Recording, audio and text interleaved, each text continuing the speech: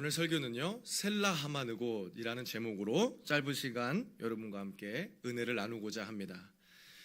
여러분, 그 시대를 살아가고 있는 당대 사회의 분위기를 살펴보려면 그 사회가 사용하는 말이나 단어를 보면 대충 알아차릴 수가 있습니다. 그럼 우리가 살고 있는 이 대한민국의 현실은 어떨까요? 마치 사회의 분위기를 반영이나 하는 듯 어느새부턴가 신주어들이 우후죽순으로 생겨나고 있습니다. 여러분, 헬조선이란 말 들어보셨습니까? 헬이 뭐죠? 지옥입니다. 조선은 우리가 살고 있는 땅이죠. 한마디로 지옥 같다라는 겁니다. 여러분, 이생망이라고 들어보셨습니까? 이번 생은 망했다. 비관적인 말이죠. 얼마나 힘들면 그런 얘기를 할까요? 금수저 들어보셨죠? 흑수저. 이젠 하다가 다이아몬드 수저까지 나왔습니다.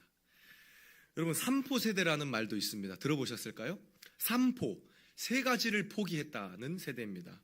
지금 청년들을 두고 하는 얘기인데요. 삼포 세대, 무엇을 포기했을까요? 연애, 결혼, 그리고 결혼하면 출산, 애 낳는 거. 이 세 가지를 포기했다고 해서 삼포 세대입니다.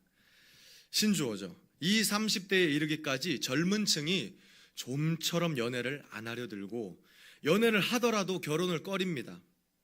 결혼을 하더라도 출산을 포기하는 그 사회 현상을 삼포세대라고 합니다. 근데 여기에 취업과 내 집 마련까지 포기해서 오포세대, 그리고 건강, 외모 관리까지 포기해서 칠포세대, 인간관계, 희망도 포기했다고 해서 구포세대, 그리고 마지막으로 꿈도 희망도 없는 삶까지 포기했다고 해서 10포세대, 완포세대, 전포세대로 지금 청년 세대를 부르고 있습니다. 무척이나 절망적인 이야기입니다. 그렇지 않습니까, 여러분? 제 친구들도 동일한 얘기를 합니다. 예수 믿는 친구들도 그렇게까지 얘기를 해요. 어떻게 먹고 사느냐? 굳이 청년들 뿐이 아니더라도 여러분은 안 그러십니까?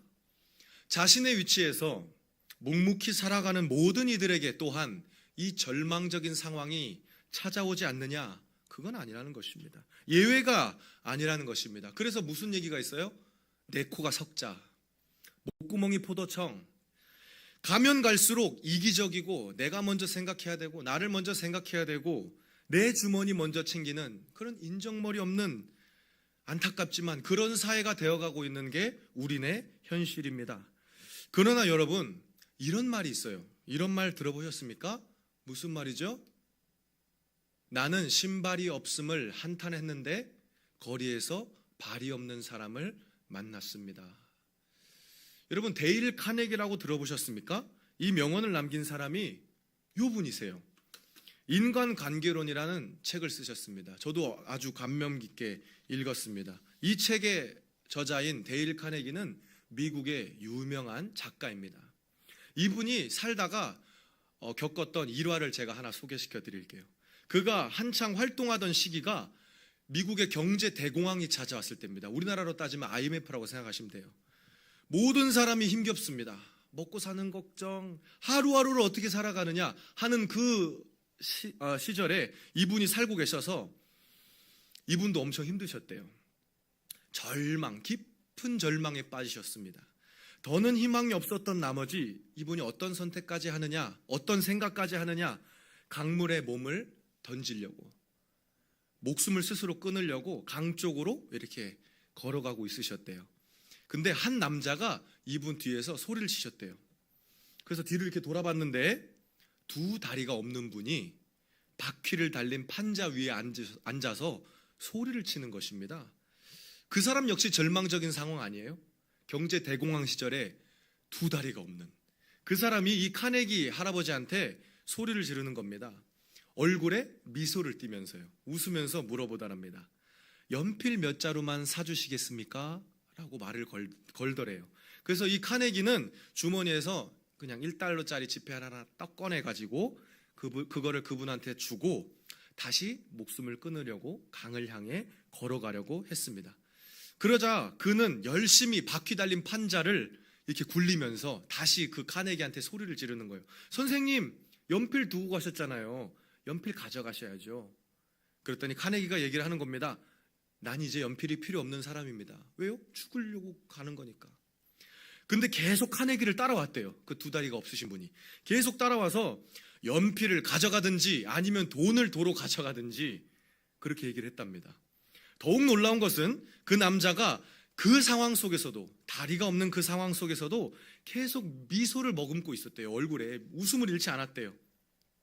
그리고 카네기는 그 남자의 연필을 받아든 순간 이미 자살할 마음이 사라져버렸다고 합니다. 훗날 카네기는 자서전에서 자신의 그 상황을 이렇게 표현했대요. 그 당시에 나는 살아갈 희망이 없었습니다. 하지만 두 다리가 없으면서도 웃음을 잃지 않던 그를 보고 나도 살아가야겠다고 결심했습니다. 그리고 이 명언이 탄생한 겁니다. 나는 신발이 없음을 한탄했는데 거리에서 발이 없는 사람을 만났다. 여러분, 사실 저와 여러분에게 놓인 상황은요, 생각해보면 감사해야 하는 상황일 수도 있습니다. 여러분, 이런 말도 있어요. 오늘을 살아가고 있는 우리가 살아가고 있는 오늘은 어제 죽은 사람이 그토록 바라던 내일이다. 우리가 처한 이 상황이 정말 감사해야 되는 상황일 수도 있다는 말입니다. 그러나 여러분, 아무리 그렇게 옆에서 좋은 말을 해도, 위로가 되는 말을 해도, 지금 이 시간을 온전히 버텨야 하는 나는, 당사자는 누굽니까? 나죠, 나. 너무 힘들어요. 그래서 본인이기 때문에 그것이 쉽지만은 않습니다. 여러분은 절망적인 상황에서 어떠한 태도를 취하며 살아가고 계십니까? 절망의 늪에서 도저히 빠져나오지 못하는 그러한 인생입니까? 아니면 감사하며 기다릴 줄 아는 인생이십니까? 그럼 우리가 하나님한테 이런 질문도 할 수 있어요. 하나님, 왜 우리에게 고통의 시간을 허락하셨습니까? 어디서 뭘 하고 계십니까? 대체 어디 계십니까? 이런 답답한 고백을 하나님께 드릴 수도 있고, 여러분이 들으신 적도 있고, 앞으로 드릴 상황이 올 수도 있겠습니다. 그런데 여러분, 오늘 하나님이 우리에게 주시는 말씀을 통해서 단 한 가지 기억하시기를 원하는 것이, 절망적인 상황에서도 하나님은 결코 나를 외면하지 않으십니다. 은밀하게 일하고 계십니다. 절망의 순간에 찾아오시는 하나님을 이 시간 말씀을 통해서 저와 여러분이 대면하실 수 있는 놀라운 체험하시기를 주님의 이름으로 축복합니다. 오늘 우리가 사무엘상 말씀을 통해서 알아갈 수 있는 하나님, 첫 번째 하나님 어떤 하나님입니까? 광야로 이끄시는 하나님이십니다. 아니, 전사님, 이게 말이나 됩니까? 위로하시는 하나님, 함께 하시는 하나님이신데 광야로 이끄시다니요. 사실 하나님은 가끔 우리를 너무나도 당혹스럽게 하십니다. 세상에 광야라니요. 탄탄대로도 힘든데 광야라니요. 광야가 좋으신 분 계십니까? 손 한번 들어보세요. 광야 좋을 사람 없습니다. 하나님, 저는 광야가 너무 싫습니다. 광야는 어떤 곳입니까? 춥고 배고프고 외로운 곳이잖아요. 그죠? 무서운 곳이기도 합니다. 누구도 가고 싶지 않은 그곳, 바로 광야입니다. 하지만 하나님은 광야로 다윗을, 그리고 저와 여러분을 이끄십니다. 사무엘상 21장부터 27장에서는요, 다윗이 광야에서 이렇게 도망다니는 생활이 기록되어 있어요. 다윗은 모두 14곳이나 옮겨 다녔답니다. 광야에서 여기저기. 그래서 힘들고 어려운 광야 생활을 하게 됩니다. 본문에 등장하는 다윗이 바로 앞에서 말씀드렸던 그 절망적인 상황에 처한 사람이었습니다. 이미 기름 부음을 받고 하나님께서 함께 하시는 다윗이지만 어찌된 영문인지 그는 사울에게 쫓기는 신세가 되어버렸습니다. 본디 지금쯤이면 왕좌에 딱 앉아서 정사를 도모해야 하며 이스라엘의 왕으로 있어야 되는 그 다윗이 지금은 무슨 신세입니까? 한낱 도망자 신세입니다. 여기저기 도망다니고만 있어요. 바로 다윗을 지구 끝까지 쫓아가서라도 자신의 자리를 지키고야 말겠다는 굳은 의지를 가진 누구 때문이에요? 사울 때문입니다. 사울은 다윗을 죽이려고 혈안이 돼 있습니다. 눈에 쌍심지를 켜고 내가 저를 죽여버리고 말겠다, 이렇게 쫓아다니고 있는 것이죠. 본문 14절은 다윗의 상황과 사울의 상황을 여실히 보여줍니다. 다윗이 광야의 요새에도 있었고 또 십광야 산골에도 머물렀으므로 사울이 매일 찾되. 사울이 어떻게 했대요? 매일매일 다윗을 죽이려고 여기도 갔다가 저기도 갔다가. 다윗은 그럼 어떻게 해요? 사울을 피하려고 광야의 요새에도 갔다가 십광야 산골에도 머물렀다가 도망 다니느라 정신이 없었고, 그런 사울도 다윗을 스토커처럼 매일매일 찾아다녔다고 합니다. 그러나 여러분, 이 구절에서 뒷부분을 한번 보세요. 뒷부분 어디요? 저 빨간 글씨. 하나님이 그를 그의 손에 넘기지 아니하시니라. 아멘. 여러분 믿으십니까? 하나님의 돌보심의 능력이 저와 여러분 모두에도 있기를 축복합니다. 하나님은 우리를 광야로 내모시는 분이 아니십니다. 아까 광야로 내모시는 하나님이에요? 광야로 이끄시는 하나님, 이끄신다는 겁니다. 다윗을 사울의 손에 넘겨주지 아니하셨듯이 여러분의 광야에서 하나님은 반드시 우리를 결코 원수의 손에 넘겨주지 않으신다는 사실을 기억하시기 바랍니다. 그렇다면 원론적인 질문을 여러분들한테 드리고 싶습니다. 하나님은 왜 우리를 광야로 인도하시는가? 그냥 이끄시면 좋습니다. 그냥 인도하시면 좋습니다. 근데 왜 하필 광야냐고요? 하필. 왜 하필 광야로 인도하시는가? 이에 대한 정답은 바로 이 하나님이십니다. 두 번째 하나님, 어떤 하나님입니까? 광야에서 만날 수 있는 하나님이십니다. 광야로 이끄시는 하나님은 우리를 광야에서 만나길 원하십니다. 여러분, 살다 보면 별의별 일 다 생기시죠? 여러분, 얼마나 많은 일들이 많이 생기냐면 이런 일도 생깁니다. 살다 보면 내가 믿었던 사람, 내가 잘 아는 사람, 내가 의지하던 사람이 나를 배신할 때가 있습니다. 하루아침에 내 뒤통수를 치고 도망갈 때가 있고요, 오히려 나를 괴롭게 하는 순간이 찾아올 수가 있습니다. 이런 상황 여러분 겪으시면 어떨 것 같으세요? 눈이 뒤집히겠죠. 눈 뒤집히는 소리죠. 근데 여러분, 다윗도 예외였을까요? 아니었을까요? 예외가 아니었습니다. 다윗의 지금 위치가 어디일까요? 본문 15절 말씀입니다. 찾아서 우리 함께 읽어볼까요? 본문 15절이요. 다윗이 사울이 자기의 생명을 빼앗으려고 나온 것을 보았으므로 그가 십광야 수풀에 있었더니. 여러분, 다윗이 광야 수풀에 있었답니다. 십광야 수풀에 있었답니다. 그리고 이어지는 16절에 보면 사울의 아들 요나단이 다윗이 있는 십광야 수풀로 와서 다윗에게 말을 거는 장면이 나오는데요. 곧 요나단이 그에게 이르기를 두려워하지 말라. 내 아버지 사울의 손이 내게 미치지 못할 것이요 너는 이스라엘의 왕이 되고 나는 내 다음이 될 것을 내 아버지 사울도 안다 하니라. 이게 17절 말씀이네요. 요나단이 십광야 수풀에 숨어있는 다윗을 찾아옵니다. 다행히도 요나단은 다윗을 배신하지 않은 모양이에요. 다윗에게 와서 뭐라 그럽니까? 내 친구 다윗, 걱정하지 마. 우리 아빠 사울은 너를 절대 어떻게 할 수 없을 거야. 그리고 그거 알아? 너가 왕이 되고 그것은 분명하며 심지어 나의 아버지 사울도 그 사실을 안다. 이렇게 요나단이 와서 다윗에게 위로합니다. 이렇게 얘기를 해주는 거예요. 기가 막히죠. 사울이 죽어라 쫓아와서 스트레스가 이만저만 다윗이 아닐 텐데 절친 요나단이 와서 위로해 줍니다. 너는 반드시 왕이 될 거라고. 그런데 문제는 요나단이 아니었어요. 아까 말씀드렸던 본문 19절 말씀입니다.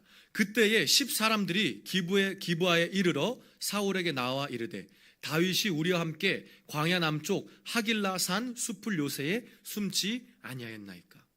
여러분, 지금 다윗의 위치가 10광야였어요.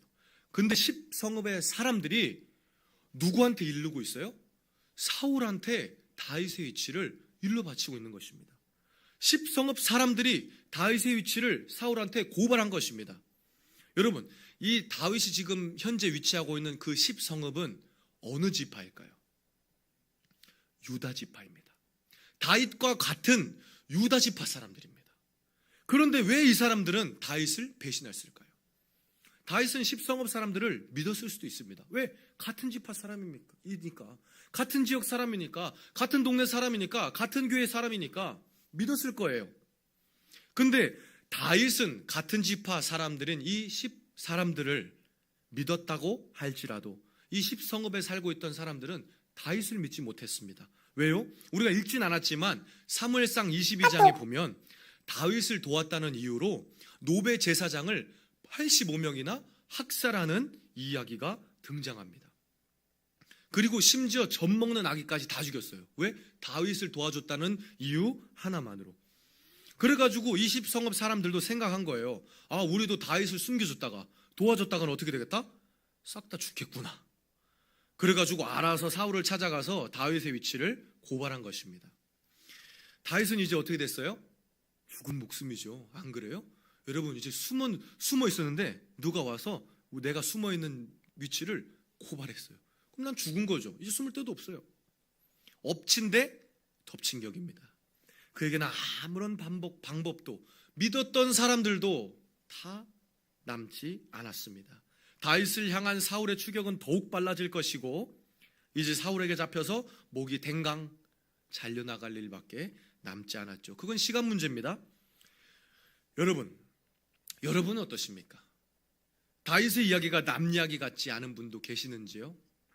내가 가장 힘이 들 때, 내가 가장 필요로 할 때 나를 떠나간 사람 있습니까?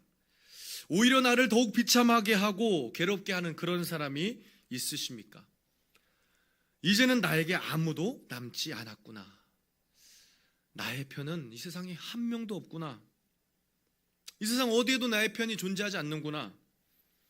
여러분, 근데 그제서야 비로소 하나님을 만나는 때인 줄 기억하시기 바랍니다.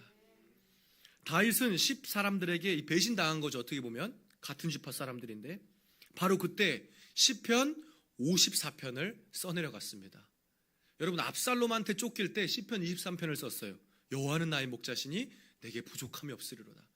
이 10광야 사람들이 나를 배신했을 때도 시편을 썼어요. 다윗은 뭐라고 썼을까요? 시편 54편 나중에 한번 찾아보세요. 거기 파란 글씨 표제가 어떻게 되어 있냐. 10사람이 사울에게 이르러 말하기를 다윗이 우리가 있는 곳에 숨지 아니하였나이까 하던 때에 라고 그 표제가 기록되어 있습니다. 10사람들이 다윗을 배신하여 고발했을 때 다윗은 이런 고백을 한 것입니다. 하나님이여, 주의 이름으로 나를 구원하시고 주의 힘으로 나를 변호하소서. 하나님은 나를 돕는 이시며 주께서는 내 생명을 붙들어 주시는 이신이다. 다윗이 이런 고백을 한 거예요. 배신당했을 때, 죽을 것 같을 때. 광야에서 만날 수 있는 하나님, 그것이 바로 우리가 만나야 하는 하나님입니다. 여러분, 편할 때 만나는 하나님보다 광야에서 만나는 하나님이 훨씬 선명해 보입니다. 안 그러겠어요? 편할 때는 이것저것 다 보여요. 돈도 보이고 명예도 보이고 재물도 보이고 사람도 보이고. 근데 그게 싹 다 사라지고 광야에 나 혼자 딱 서 있으면 주님이 저기 앞에 서 계시면 주님이 다이렉트로 보이는 거죠. 뚜렷하게 보입니다. 가슴에 사무치게 주님이 보입니다. 하나님 외에 아무것도 보이지 않을 때, 하나님 외에 아무 사람도 내 곁에 없는 것 같을 때 비로소 하나님을 온전히 의지할 수 있게 됩니다. 백척간두의 위기에 놓여 계십니까? 절체절명의 순간에 서 계십니까? 오직 그때 만날 수 있는 하나님이 여러분을 기다리고 계십니다. 아까처럼 다시 원론적인 질문을 하나 드리고자 합니다. 하나님은 왜 하필이면 우리를 광야에서 만나고 싶어 하시는가? 광야로 이끄시는 하나님은 우리를 광야로 만나고 싶어 하셔서 이끄셨습니다. 그럼 왜 광야에서 만나셔야 돼요, 굳이? 그죠? 하나님은 왜 하필이면 우리를 광야에서 만나고자 하시는가? 그 하나님은 어떤 하나님이십니까? 듣는 마음을 원하시는 하나님이십니다. 무슨 하나님이라고요? 듣는 마음을 원하시는 하나님. 여러분, 광야에서 비로소 다윗은 어떻게 됐을까요? 하나님과 더욱 친밀해집니다. 하나님과 더욱 가까워집니다. 그래서 하나님과 교제가 더욱 활발해지게 됩니다. 그래서 시편 54편을 그렇게 써내려간 거예요. 광야에 혼자 우두커니 서 있을 때 하나님을 향한 믿음의 고백이 어디서부터 나올까요? 단전에서부터 나온 것입니다. 그 고백이 간절한 외침이 된 것입니다. 하나님은 바로 그것을 원하셨습니다. 광야는 온전히 하나님에게 내 전부를 보여드릴 수 있는 공간이 됩니다. 하나님, 나 이제 아무것도 없어요. 하나님, 정말 나 의지할 것 이제 없어요. 하나님, 나 이제 하나님밖에 없어요. 광야라는 곳은 오로지 하나님만 만날 수 있는 곳, 귀한 곳입니다. 그럴 수밖에 없는 장소죠. 여러분, 하나님하고 친해지려면, 하나님과 교제를 더 깊이 하려면, 하나님을 더 깊이 만나려면 어떻게 해야 될까요? 그 방법이 뭘까요? 다행히도 하나님은 성경 곳곳에 하나님과 친해질 수 있는 방법을 기록해 두셨습니다. 정말 다행입니다. 그게 어딜까요? 사무엘상 15장 22절 말씀입니다. 너무나도 유명한 말씀이죠. 우리 함께 읽어볼까요? 하반절 말씀 시작. 순종이 제사보다 낫고 듣는 것이 순양의 기름보다 나으니. 아멘. 또 호세아 6장 6절 말씀입니다. 다 같이 읽을까요? 나는 인애를 원하고 제사를 원하지 아니하며 번제보다 하나님을 아는 것을 원하노라. 아멘. 여러분 다 아시는 말씀이죠? 하나님하고 친해질 수 있는 방법입니다. 근데 우리가 여기서 오해하면 안 되는 것이 예배 드리지 말라는 소리가 아니죠.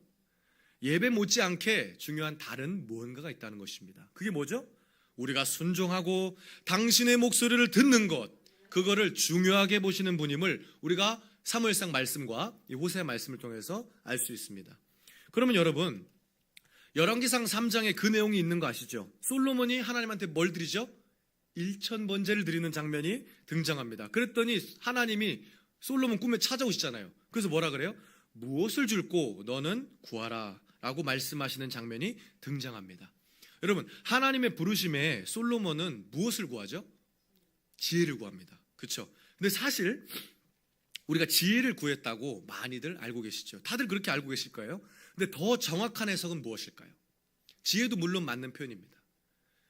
더 정확한 해석은 듣는 마음입니다. 여러분, 그래서 개역 한글 성경과 개역 개정 성경의 번역이 조금 달라요. 옛날 성경인 한글 성경에는 무슨 마음이에요? 지혜로운 마음을 구했다 하지만 우리가 현재 읽고 있는 개정 성경에서는 듣는 마음으로 번역된 것입니다.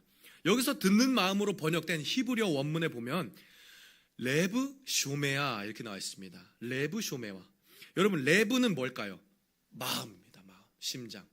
여러분, 사람은 외모를 보거니와 여호와는 중심을 보느니라 할 때 그 중심, 그게 히브리어로 레브입니다. 중심, 레바브, 레브 똑같은 단어입니다. 쇼메아는 뭘까요? 여러분, 쉐마 이스라엘 아시나요? 히브리어로 이스라엘아 들으라. 신명기 6장 4절이잖아요. 이스라엘아 들어라. 하나님 오직 하나님 유일하신 여호와다 할 때 그 쉐마 이스라엘, 그래서 레브 쇼메아, 듣는 마음입니다. 여러분, 쉐마는 단순히 귀로 듣는 걸까요? 아닙니다. 귀로 듣고 듣는 것을 넘어서 마음으로, 삶으로 순종하는 것, 그것이 쉐마, 들어라 이거입니다. 그래서 솔로몬이 구한 것은 듣는 마음입니다. 나는 하나님께 듣겠습니다. 그리고 순종하겠습니다 하는 그 의미를 포함해서 하나님께 구한 것입니다. 여러분, 그러면은 다시 한번 말씀드릴게요. 하나님과 친해질 수 있는 방법 무엇일까요? 듣는 마음입니다. 그것은 가로 열고 뭐죠? 순종입니다. 듣는 마음, 즉 순종은 무엇입니까? 지혜입니다. 그래서 지혜 있는 자는 들으라. 귀 있는 자는 들어라. 순종하는 것은 지혜 있는 사람입니다. 하나님의 말씀을 듣는다는 것은 무엇입니까? 하나님을 향한 전적인 의지입니다. 그래서 다 같은 의미로 표시해 드렸잖아요. 하나님 말씀을 듣고 순종하고 의지하는 것, 그것이 바로 하나님과 가까워지고 친밀해지고 교제를 나눌 수 있는 방법입니다. 그런데 여러분, 사람들이 당초에 하나님 말씀을 들어먹질 않으니, 친밀해질 생각들을 하지 않으니 하나님이 어디로 부르시는 겁니까? 광야로 부르시는 겁니다. 하나님과 오붓한 데이트 장소로서 광야로 여러분을 초대하신 겁니다. 그렇다면 결국 하나님은 왜 우리를 광야에서 만나길 원하십니까? 듣는 마음을 원하시기 때문입니다. 하나님의 음성에 귀를 기울이라는 것이죠. 이제는 내 차례가 아니라 누구의 차례죠? 하나님 차례입니다. 그것을 알게 하시기 위함입니다. 하나님만을 전적으로 의지하시기를 원하시기 때문입니다. 하나님의 개입과 역사하심을 체험하도록 하기 위함입니다. 아멘이십니까? 아멘이십니까? 광야로 왜 우리를 부르신다고요? 만나기 위해서. 왜 하필 광야냐고요? 우리를 만나기 위하셔서 우리의 듣는 마음을 원하시기 때문입니다. 여러분, 그렇다면 그 광야에서 만나는 하나님은 우리에게 어떤 은혜를 허락하실까요? 무슨 은혜입니까? 셀라 하마느곳의 은혜입니다. 여러분, 이제야 하나님 마음을 좀 아시겠습니까? 여러분이 정말 광야에 계십니까? 혼자 있는 것 같으십니까? 괴로우십니까? 아까 카네기 이야기처럼 정말 죽고 싶은 그런 마음까지 드시는 분이 계십니까? 혹시라도? 그러면 오늘 셀라 하마느곳의 은혜까지도 여러분이 경험하시기를 축복합니다. 하나님은 왜 그렇게 우리를 광야로 이끄셔야만 했는가? 왜 그토록 광야에서 만나기를 고집하시는가? 지금까지의 설교 내용을 간단하게 정리하자면 다음과 같습니다. 하나님은 광야로 우리를 이끄십니다. 왜 광야로 이끄세요? 광야에서 하나님을 만날 수 있기 때문입니다. 왜 하필 광야에서만 만나야 돼요? 광야에서는 우리가 온전히 하나님의 음성을 들을 수 있고 하나님을 전적으로 의지할 수밖에 없기 때문입니다. 하나님은 이제 우리에게 광야에서 만남을 넘어서 셀라 하마느곳의 은혜를 허락하십니다. 할렐루야. 굳게 간절히 절실히 믿으시기 바랍니다. 이 사실을 간절히 믿으시기 바랍니다. 본문 25절의 말씀입니다. 사울과 그의 사람들이 찾으러 온 것을 어떤 사람이 다윗에게 아뢰매 이에 다윗이 바위로 내려가 마온 황무지에 있더니 사울이 듣고 마온 황무지로 다윗을 따라가서는. 여러분, 10사람들이 사울에게 다윗이 어디 있는지를 다 알려줬다 그랬잖아요. 아까 사울 왕님, 다윗이 저기 숨었대요. 빨리 가서 죽이세요. 이렇게 알려주니까 사울이 어떻게 했어요? 야, 때는 이때다. 병력을 총동원해가지고 다윗을 죽이기를 이제 목전에 두고 있는 상황입니다. 큰일 났어요. 다윗 큰일 났습니다. 여러분, 곧 있으면 칼과 창으로 완전 무장한 사울의 군대가 다윗의 앞에 광야에 당도할 것입니다. 사울은 살겨린 눈빛으로 마치 피비린내에 이끌리는 하이에나 떼처럼 다윗을 쫓아가고 있습니다. 이에 다윗은 사울을 피하여서 어디로 숨었다 그래요? 바위로 내려갔다라고 성경에 나옵니다. 큰 바위 쪽으로 내려갑니다. 죽음의 공포에 휩싸이던 바로 그때 전운이 감돕니다. 이제 죽게 생겼구나. 다윗이 침을 꼴깍 삼키고 땀을 한 방울 딱 흘리는 그 상황에 바로 분위기를 180도 바꿔버리는 외침이 저 멀리서 희미하게 들려옵니다. 본문 몇 절이죠? 27절 말씀입니다. 우리 함께 읽을까요? 전령이 사울에게 와서 급히 이르되 급히 오소서, 블레셋 사람들이 땅을 침노하나이다. 사울 왕이시여, 사울 왕이시여, 지금 블레셋 군대가 우리 땅에 쳐들어왔습니다. 속히 그들을 내쫓아야 합니다. 전령이 와서 사울 왕을 부르는 거예요. 사울은 어떻습니까? 지금 누구 잡으러 가는 거예요? 다윗. 다 왔어요? 아니면 머리 남았어요? 다 왔어요. 다 와서 좀만 있으면 다윗을 죽일 수 있는 그 상황에 전령이 와서 사울을 부르는 거예요. 사울 왕님, 큰일 났습니다. 블레셋 사람들이 쳐들어와가지고 걔네들 막으러 가야 됩니다. 사울은 다윗을 이제 다 잡았다고 생각한 그 찰나에 오히려 다윗을 잡기 위해 정예 군사들을 끌고 왔잖아요. 1급 특수부대를 끌고 왔잖아요. 그래서 그 빈자리를 틈타서 블레셋 군대가 쳐들어왔기 때문에 그 군대를 막기 위해서 철수하게 됩니다. 이에 다윗은 자신이 있던 곳 바위의 이름을 뭐라고 이름 짓습니까? 28절 말씀이죠. 셀라하마느곳이라고 합니다. 여러분, 셀라하마느곳 무슨 뜻일까요? 거기 밑에 보시면은 그 나나주에 써 있는 분도 계실 겁니다. 제 성경책에는 안 나와 있는데요. 분리하는 바위, 그렇습니다. 분리하는 바위라는 뜻입니다. 여러분, 히브리어로 셀라는 무슨 뜻일까요? 시편에 있는 그 셀라 아닙니다. 그거는 추임새 같은 느낌인 거고, 여기서 나오는 셀라는 히브리어로 바위입니다. 바위, 큰 바위. 저 설악산 가면은 울산 바위 같은 거 있잖아요. 그 흔들 바위 같은 거, 그런 큼지막한 바위, 그런 셀라라는 뜻이고, 많은 곳, 이 하는 정관사입니다. 더란 뜻이고, 많은 곳은 분리하다라는 뜻입니다. 그럼 합치면 무슨 뜻이에요? 분리하는 바위라는 뜻입니다. 죽음을 목전에 두었던 다윗은 자신이 구사일생으로 살아난 이유를 우연으로 생각하지 않았습니다. 믿으십니까? 아우, 10년 감수했네. 아우, 다행이다. 큰일 날 뻔했네. 이게 아니라 아우 살다 보니 이런 일도 있네. 아우 감사하다. 행운이다. 이렇게 생각한 것이 아니라 뭐라고요? 하나님이 행하신 기적이다 라고 선포한 것입니다. 당당하고 그리고 담대하게 하나님의 역사라고 선포했습니다. 하나님이 분리하셨다. 하나님이 갈라놓으셨다. 하나님이 다윗을 무엇으로부터 분리하셨습니까? 사울의 군대와 다윗을 분리하셨습니다. 다윗을 죽음과 갈라놓으셨습니다. 실패와 절망의 구렁텅이로부터 다윗을 분리하셨습니다. 패배의 늪과 다윗을 분리하셨습니다. 셀라 하마느곳, 분리하는 바위, 그 은혜가 오늘날 저와 여러분에게도 동일하게 적용될 줄로 믿습니다. 여러분, 우리의 셀라 하마느곳 어디입니까? 여러분의 셀라 하마느곳, 분리하는 바위 어디예요? 술집입니까? 점집입니까? 돈입니까? 명예입니까? 누군가로부터 받는 인정입니까? 그것들은 나를 잠깐 그 고통으로부터 분리할 수는 있겠죠. 그러나 실상은 더 가까워지게 만듭니다. 안 그렇습니까? 오히려 하나님과 분리되는 삶을 살도록 부추깁니다. 그렇다면 우리의 진정한 셀라 하마느곳은 어디일까요? 이사야 26장 4절 말씀 띄워드릴게요. 우리 함께 읽겠습니다. 시작. 너희는 여호와를 영원히 신뢰하라. 주 여호와는 영원한 반석이시미로다. 아멘. 하나님은 우리의 뭐가 되신다 그래요? 영원한 반석. 여러분, 셀라 하마느곳, 우리가 피해야 할 바위는 어디예요? 오직 주님입니다. 믿으시기 바랍니다. 나를 어려움으로부터 분리하는 바위는, 나를 고통과 갈라놓는 반석은 오직 주님, 오직 주 예수 그리스도입니다. 우리도 다윗과 같이 나를 분리하는 바위 되시는 주님을 우리 입술로 찬양하기 원합니다. 나를 고통 가운데에서 분리하시는 주님 감사합니다. 나를 환난과 곤경 가운데에서 분리하시는 주님 감사합니다. 나를 살게 하시는 주님 감사합니다. 신약에 오면 반석을 누구라고 합니까? 그 반석은 곧 그리스도시라. 여러분, 우리 주님이 나의 반석이 되십니다.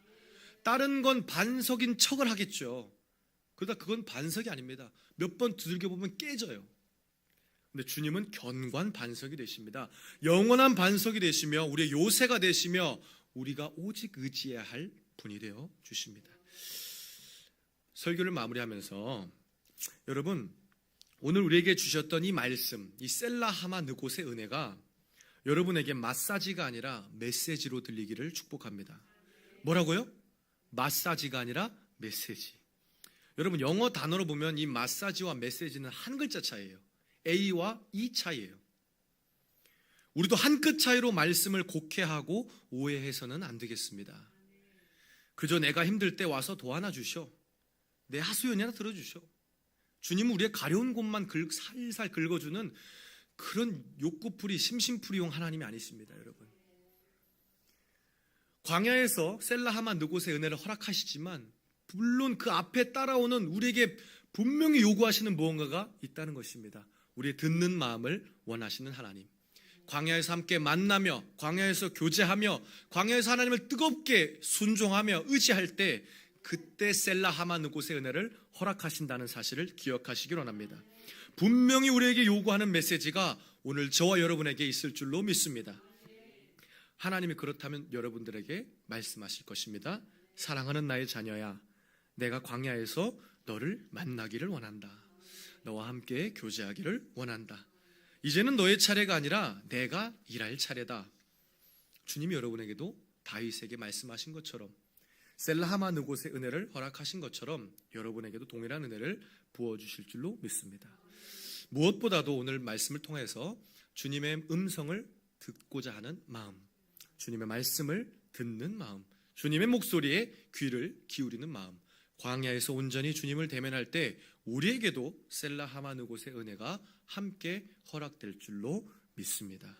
우리 말씀 한 구절로 모든 설교를 가름하고자 합니다. 그리스도의 고난이 우리에게 넘친 것 같이 우리가 받는 위로도 그리스도로 말미암아 넘치는도다. 아멘.